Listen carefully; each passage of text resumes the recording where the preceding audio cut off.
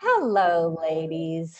Welcome. It's Friday. Yay. Happy Friday. So, today I wanted to talk about one of the major obstacles for women in dealing with menopause, and that is being able to recognize it because most women have not been educated on what menopause is, when to expect it, what to expect.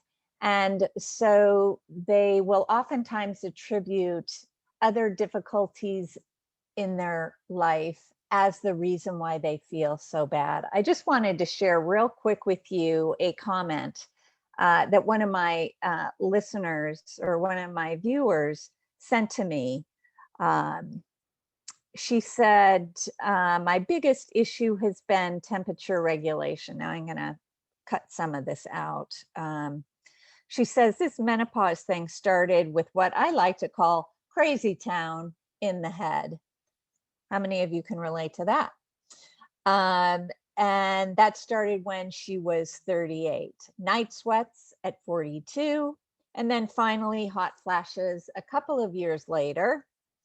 And that's when she finally realized what the heck was going on. So unfortunately, there was probably a lot of suffering between the time she started having her symptoms until she realized what exactly it was that was going on. And this is very typical.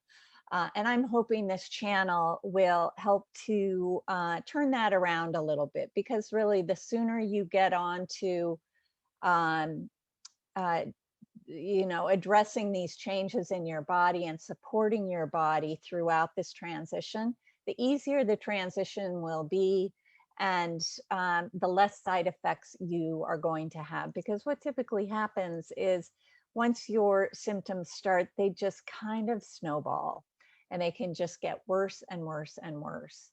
So the experiences that she's having with the night sweats and with the crazy in the head or the crazy town in the head, and insomnia and your brain fog, your mood swings, your anxiety, depression, all of those things, they're all related to the fact that our brain has estrogen receptors in just about every cell.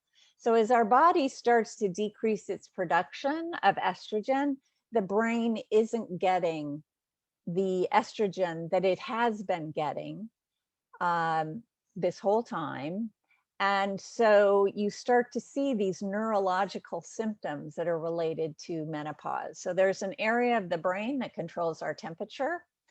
And so when that area of the brain doesn't get the estrogen that it's used to, our temperature regulation gets pretty banged around.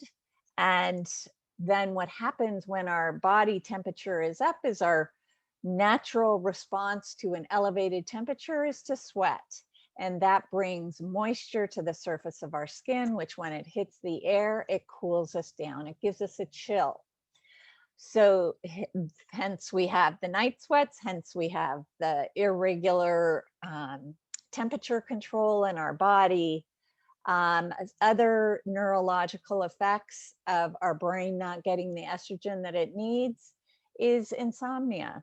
We have a sleep center in our brain that when it doesn't get enough estrogen, you either can't fall asleep, you can't stay asleep, or both, which elevates your cortisol level, which creates this vicious circle.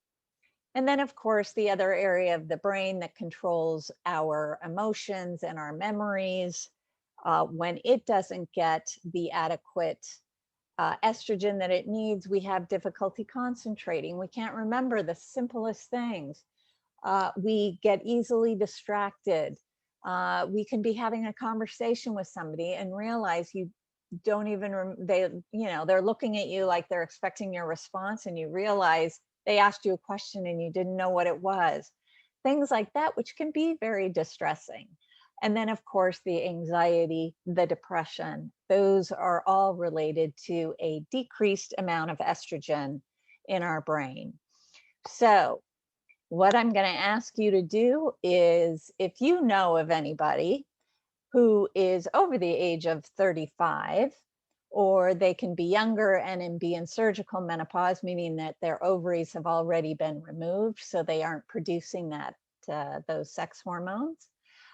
Please let them know. Please let them know about this channel, because the earlier we can get educated on what's happening, why it's happening, and how to deal with it, the much better the experience is going to be. So if you like this channel, please subscribe. Please hit the like button, share it with your friends.